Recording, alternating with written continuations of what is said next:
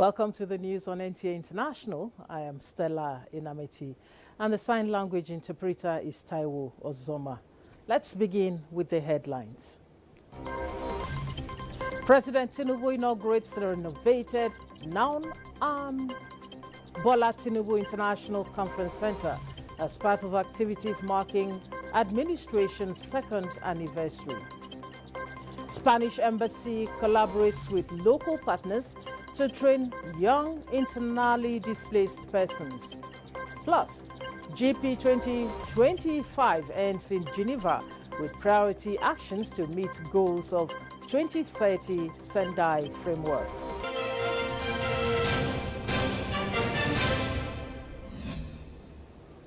Thanks for joining us. Now details of the news. President Bola Tinubu is back in Abuja after a 2-week break in Lagos.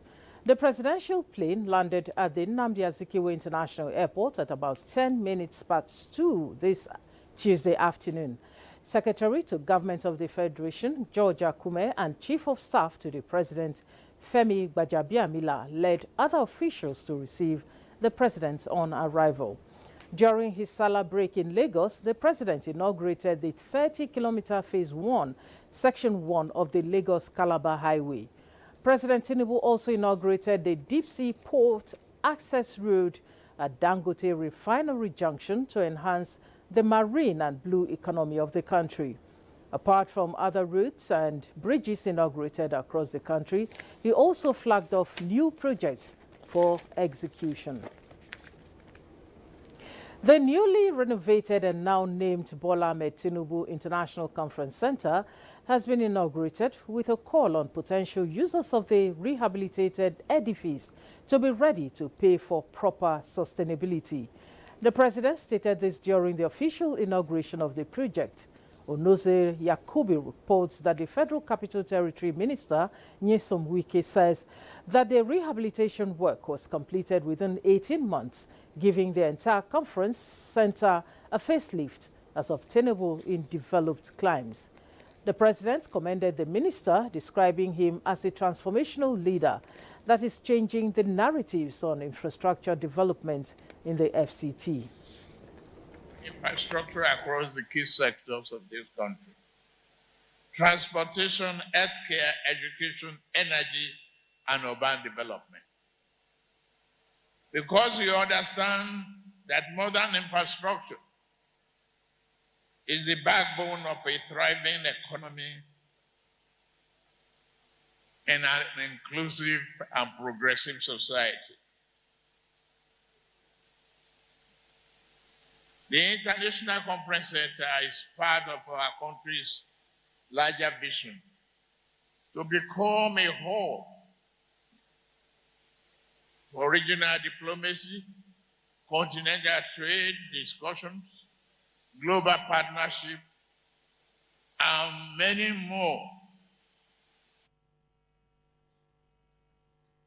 Meanwhile, Vice President Kashim Shettima at the weekend in Maiduguri, Borno State, inaugurated 375 tractors, which marked the commencement of a nationwide refurbishment of broken down or non-functional tractors by the National Agency for Science and Engineering Infrastructure, NASENI, under the National Asset Restoration Program. Mohammed Goni reports that the initiative is aimed at boosting mechanized agriculture and enhancing food security. The plaque-off of the Naseni Tractor Recovery Project at the Borno State Agriculture Mechanization Authority in Maiduguri involves comprehensive restoration of multiple tractors across the country to strengthen mechanized farming. Each tractor has been comprehensively rehabilitated, including mechanical, electrical, hydraulic, and structural upgrades, making them ready for immediate deployment across farming communities. The National Asset Restoration Program is NASENI's initiative to boost mechanized agriculture and enhance food security in fulfillment of the federal government's renewed hope agenda by reviving broken down or non-functional tractors. Commending NASENI for the initiative, the Vice President underscored the importance of maintenance culture and avoidance of wastages to build the nation's economy. The Executive Chairman of NASENI, Mr. Khalid Suleiman Halilu, has shown both vigilant agency in our collective quest for solutions. The direction NASENI is headed is one driven by action, impact, innovation, and awareness of what the nation needs. It takes clarity of purpose to embark on a mission such as this. This is not just a program. It is a movement, and every movement needs momentum. Our national survey revealed that Nigeria holds over 47,000 broken down but serviceable agricultural and law enforcement assets. The cost to replace them will exceed 14 trillion. But at Naseni, we ask a simple question. Why replace them when we can restore them? Through the National Asset Restoration Program, which will be implemented across the country, Naseni will be saving Nigeria over 10 trillion naira, according to the Executive Vice Chairman CEO of Naseni, Mr. Khalil Suleiman Halil. Mechanization remains the heartbeat of modern agriculture. According to FAO's recommended tractor density of 1.5 horsepower per hectare, Nigeria requires a minimum of 750,000 functional tractors to meet its agricultural needs.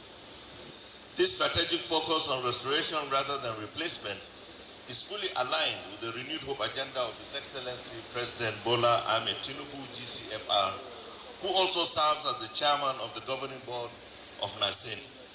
It is under his leadership that this bold national redirection has taken shape. With effective implementation of the National Asset Restoration Program, it is expected that livelihoods will be rebuilt, food system will be strengthened, economic activities in the rural areas will be revitalized, and more values will be added to Nigeria's economy. In Maiduguri, Mohamed Goni, NTA News. Nigeria's First Lady, Oluremi Tinubu, has been conferred with another chieftaincy title from Igbo land. This time, it is the Ugosimba I of Enugu. The recognition, which acknowledges her as a jewel of women empowerment, was conferred on her by the chairman, Enugu State Traditional Rulers Council, Igwe Samuel Asadu. State House correspondent Adeni Itaiwo reports that the conferment ceremony precedes the launch of the Free to Shine triple elimination campaign for the Southeast zone in the state.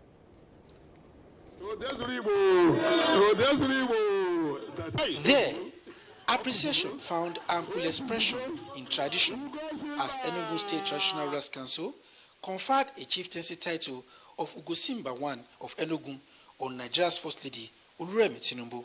Their title, which recognizes her as jewel of women empowerment, is another toast to the First Lady's interventions and impact on the lives of women and the less privileged. I, as Igwe Samuel, His Majesty Igwe Samuel Ikechukwu Asadu, is mandated to recognize all this because we can only recognize you when you're alive. We don't want to say this when you're not here. So on behalf of my brothers here, my fellow kings, we want to thank you and thank our father. Send this message to him that we thank him. That, like I said, there's no vacancy in Asorok, just like there's no vacancy in Lion Beauty here. The First Lady received the honor with smile, pride, and a new sense of commitment to the development of Nigeria. I thank you, and this moment will remain special in my heart, and I will always remember your people for good, for the honor you've done me. From the ceremony, the First Lady joined critical stakeholders in and around the health sector to flag off the Free to Shine triple elimination campaign for the Southeast zone. The goal of this campaign is to address the growing complacency in the response to the spread of HIV/AIDS in Africa. The Free to Shine campaign seeks to significantly reduce new HIV infections among women of reproductive age, prevent mother-to-child transmission, which is the vertical transmission, and ensure that every child born with HIV receives the necessary treatment and support to thrive. Let me share experience termed my travel of living with HIV. As survivors unpack their testimonies and brandish their victory against HIV/AIDS, the message of hope renewed against the menace of HIV/AIDS, syphilis, and hepatitis is clear. But so is the need for more resource mobilization and collaboration. I believe with the concerted efforts of all stakeholders here present, especially as State First Ladies, who will help disseminate this message in their various states. This deadline can be attained by the grace of God, and I rely on you all to do the needful. Please, I'm going to repeat this again. I want to see your billboard in every state with your picture there, encouraging people to get tested and to get treatment. This is not just a medical goal, it is a moral one, because these diseases are preventable and our people deserve to live free of them. In the 2025 budget, adequate budgetary provision has been made to ensure that we do not have any gap in the supply of ART drugs, reagents for testing, and other essential inputs. Since its maiden launch in January this year, the Free to Shine Triple Elimination campaign has gone around the country, drawing support and building coalition against killer diseases. From Enugu, Adeni Itaiwo, NTA News. As part of its commitment to support the internally displaced persons and provide them with lifelong skills, the Spanish Embassy, in collaboration with the Skilled Commission for Refugees and Internally Displaced Persons, organized a week-long photography workshop. Frama Panyi reports that participants at the workshop are youngsters from one of the internally displaced persons camps in Abuja. These pictures adorning the walls are the creative work of 14 brilliant youngsters who were opportuned to be part of the one-week photography seminar with the theme, Dreams and Me, Stories Told Through Photography. Organizers of this workshop believe acquiring new skills will not only help these young Nigerians overcome material hardship, but emotional hardship, especially as the circumstances of life has led them to be living in camps as internally displaced persons. We like to support sustainable projects, especially those that can have a positive impact on the Nigerian creative sector in all its forms and expressions. Yes, we have 6 strategic pillars. One of it is a Skills to Wealth initiative. So wherever we find a reason to collaborate with any organizations in the area of skill acquisition, training, vocational, and craft enhancement, we quickly rush to pick that. We're not just talking about training this time around, we're taking to a step further. We're getting into mentorship, we're getting into providing equipment for these young people to start up their businesses. We encourage art therapy for young children because the young girls that we are teaching are coming from difficult childhoods and have migrated because of conflict. For the future leaders, the training, which saw national and international photography professionals mentored and trained them, was a dream come true, they say. The training has helped in harnessing the talents they didn't know they have. Being into this photography is a privilege to me because I never expected it at how my background comes. But as it comes like this, I appreciate it. I loved photography when we started doing it, so I felt so like it, and I felt like I want to be this photography, so I felt like I wanted to be a photographer. Some professional photographers who were impressed at the works of the exhibitors invited them to be interns to help drive their dreams and passions. Frama Panyi, NTA News. The Senate Committee on Foreign Affairs has confirmed that no casualties were recorded as a result of the recent fire incident at a hotel accommodating some Nigerian pilgrims in Makkah. This was when committee members, led by Senator Ali Ndume, paid an assessment visit to the scene of the incident. Correspondent Jamilu Ibrahim has more. The recent fire incident at one of the hotels accommodating some Nigerian contingent for this year's Hajj in Makkah has been a source of concern to all the relevant authorities and stakeholders. The Emiratus Sanan Hotel, located on Shari Mansour Street in Makkah, was hosting more than 480 Nigerian pilgrims from some 6 private tour operators companies. Members of the Senate Committee on Foreign Affairs, led by Senator Ali Ndumi, who are currently on an oversight mission in Saudi Arabia, visited the scene to assess the situation. It's unfortunate, but alhamdulillah, there was no loss of life, and the INACON are up on doing on it. The assessments has not been completed. Yes. It's in the process, so we felt it is very important to come and do see for ourselves what happened. The NAHACON chairman, Professor Abdullahi Saleh Osman, told the Senate committee that only 6 rooms were consumed by the fire, and the pilgrims were at Muna Valley, when the incident occurred. The more than 400 victims of the fire incident have been relocated to another accommodation. At the cause of the fire is yet to be ascertained. This is the new hotel where all the victims have been relocated to immediately after their return from Muna. The Senate committee is here to commiserate with the victims and to reassure them of their safety. From Mina, they took us directly to this hotel, where we come here, get the accommodation, and everybody is okay. The affected pilgrims have since resumed their normal life in the holy city, as most of them were said to be at the Grand Mosque of Kaaba as of the time of the Senate committee's visit to their new accommodation. In Makkah, Jamilu Ibrahim, NTA News. You're watching the news on NTA International. We'll take a break now. More news when we return. Thanks for staying. Now, in Geneva, Switzerland, at the 113th International Labour Conference, the Minister of Labour and Employment, Muhammadu Megari Dingyadi, conveyed federal government's strong commitment to prioritizing social justice and constructing an equitable society. Ignatius Nkwo has this report. Well, by 3 p.m. local time in Geneva, Switzerland, it was time for Nigeria to present the position of the federal government on the issue of workers and work environment. Now, 187 member nations of the International Labour Organization were all seated, eager to listen to Africa's most populous nation. And the man to make this presentation, Nigeria's Minister of Labour and Employment, Muhammadu Megari Dingyadi. Well, when the minister mounted the podium, he started, first of all, by assuring the ILO that the federal government, in its renewed hope agenda, has already aligned with the visions of ILO, especially as regards to improved welfare of Nigerian workers and the environment. Nigeria shares the ILO's vision of a just transition and acknowledges the sustainable development which hinges on inclusive economic growth, fair labor practices, and robust democratic institutions.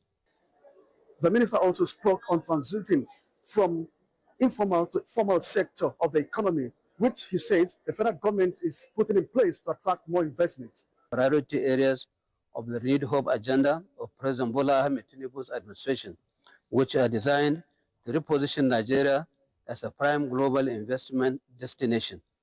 Poverty eradication, economic growth, access to capital, improving the security of life and property, rule of law, and fight against corruption. Well, after the presentation of the minister, some Nigerian delegates react to the minister's presentation. Advise that the way forward is not just to take such resolutions, but to get labor leaders involved in decision-making and policies that concern the workers in the country. We have two bills, one that has undergone public hearing, particularly to upscale domestic civil servants in Nigeria and give them registration, recognition, and the benefit to benefit so that we will reduce exploitation and also criminality in that job. The International Trade Union Conference has urged the ILO to investigate alleged abuse of migrants by Saudi Arabia as it's getting set to host the 2034 FIFA World Cup. From Geneva, Switzerland, Ignatius Nkwo, NTA News. And still from Geneva, after days of critical discussions and high-level dialogues, priority actions emerged to drive progress in meeting 2030 Sendai Framework goals. Mina Daniels highlights concrete takeaways as the global platform for disaster risk reduction comes to a close in Geneva, Switzerland. In 2023 alone, 399 disasters claimed over 86,000 lives, affected 93 million people, and caused economic losses of approximately $202.7 billion.